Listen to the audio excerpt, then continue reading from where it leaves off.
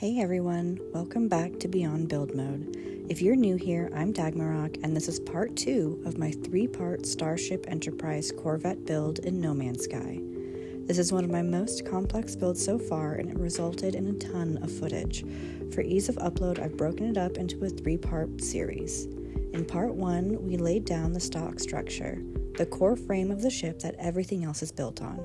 If you haven't seen that yet, I highly recommend watching it first, because today we're jumping straight into techniques that build directly on that foundation. This episode is where things start to feel very Enterprise. We're going to cover rotated rooms using basic glitch techniques, building the captain's ready room just off the bridge, constructing the open 2-level bridge layout, shuttle bay tech modules and neck access, and free placing windows around the saucer for visibility and safety. As a reminder, this build uses no mods, but we are using some basic glitch techniques like free placement and hab rotation. If that's not your thing, you can still adapt most of this using standard habs, but this video shows how to get that open, screen-accurate feel. Alright, let's start with one of the most important techniques in this build, rotated rooms.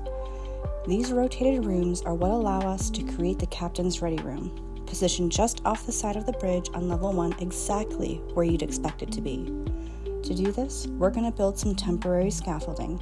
Don't worry, it's simple. Start by placing walkways attached to the shuttle bay hull, extending outward and forward. I included a landing gear underneath for support here, but it's not necessary. On the third walkway or hab, we're going to free place a window on the upper edge of that piece. Here's the important part. You want to switch to first-person view, center yourself on screen carefully, using all of the lines available on screen. Line your placement dot up with the center top ridge of the walkway or hab. That dot will become the bottom center of the window frame you're placing. Once you select the window and enable free placement mode, the window will disappear. That's normal. Go ahead and place it anyway. It will render where you positioned it. After placing it, inspect the window closely. If the alignment looks good, you're ready for the next step.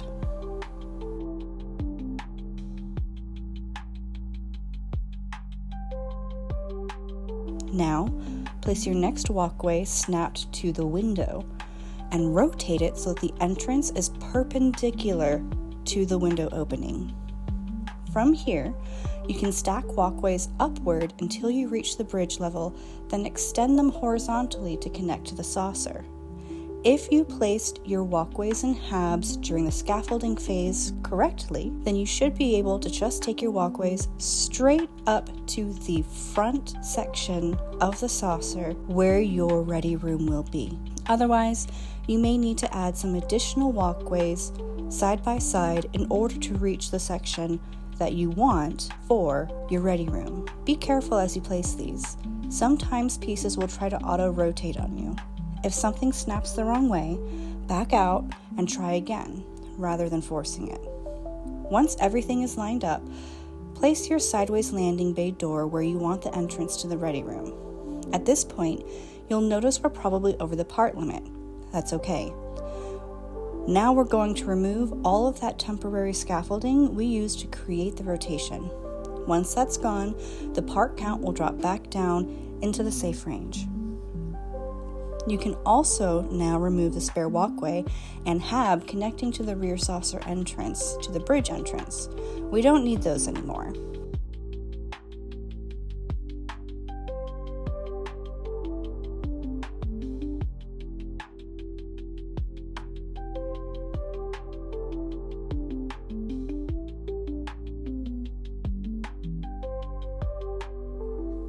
Now, head back up the saucer neck. If you haven't already placed your stairwells, now's the time. Get your vertical access locked in before we close things up.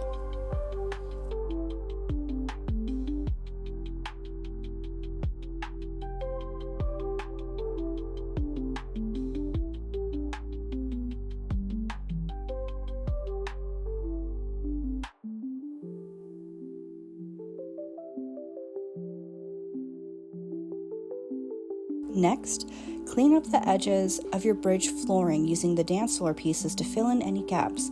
This is important because the clean edges will make the next steps much easier.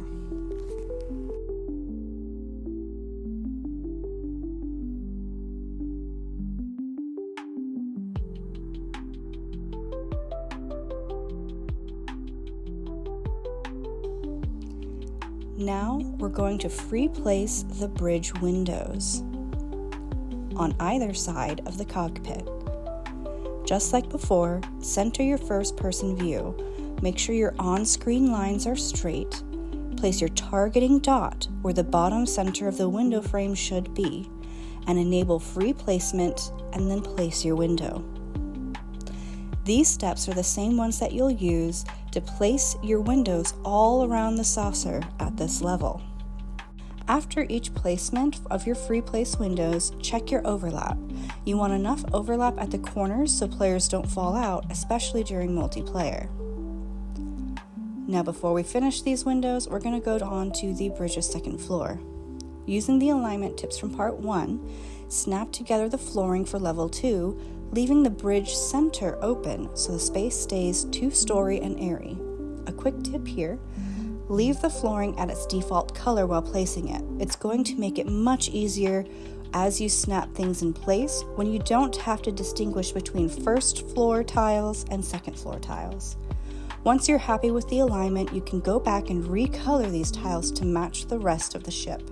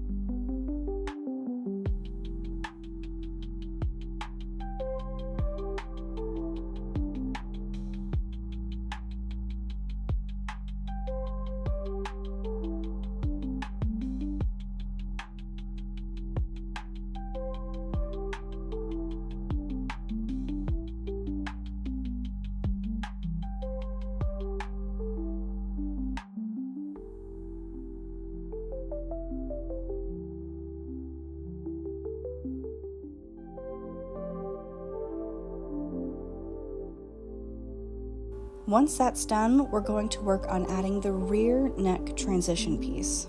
This helps the neck flow cleanly into the saucer and ties in nicely with where the window placements are going to be.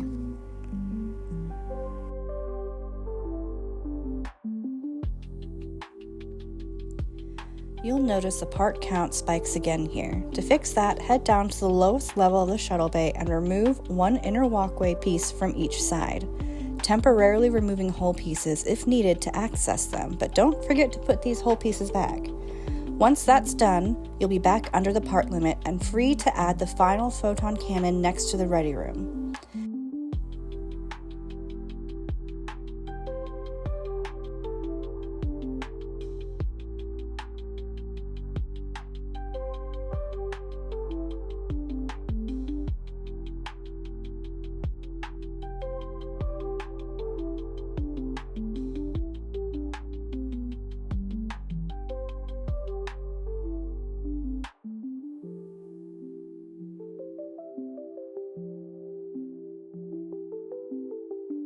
Now you can finish placing the remaining windows around the saucer.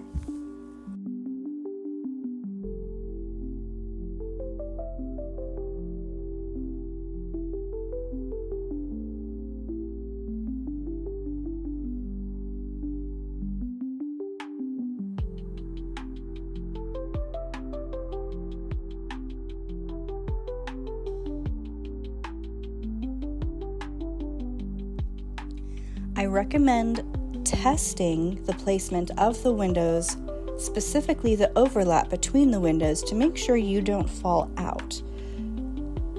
You want your corners of each of the windows to overlap just the right amount. This is going to prevent any players from falling out when they walk right up to the window.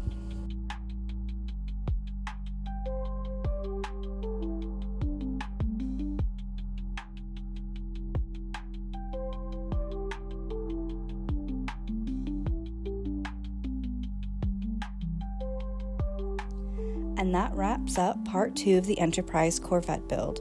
At this point, you should have a fully structured bridge, a functional captain's ready room, cleanly aligned bridge floors, and a saucer ringed with properly placed windows. In part 3, we're going to bring it all home by filling in the ceiling and corner gaps all along the saucer, placing interior walls, free placing technology units in the shuttle bay, and finally doing a full tour of the fully decorated Enterprise. By the time part 3 is done, you'll be ready to start decorating your ship. If you're following along, make sure you're subscribed so you don't miss the finale. As always, drop questions or suggestions in the comments. I try to read all of them. And if something needs clarification, I'll cover it either there or in the next episode. I'm Dagmarok, and I'll see you in part 3.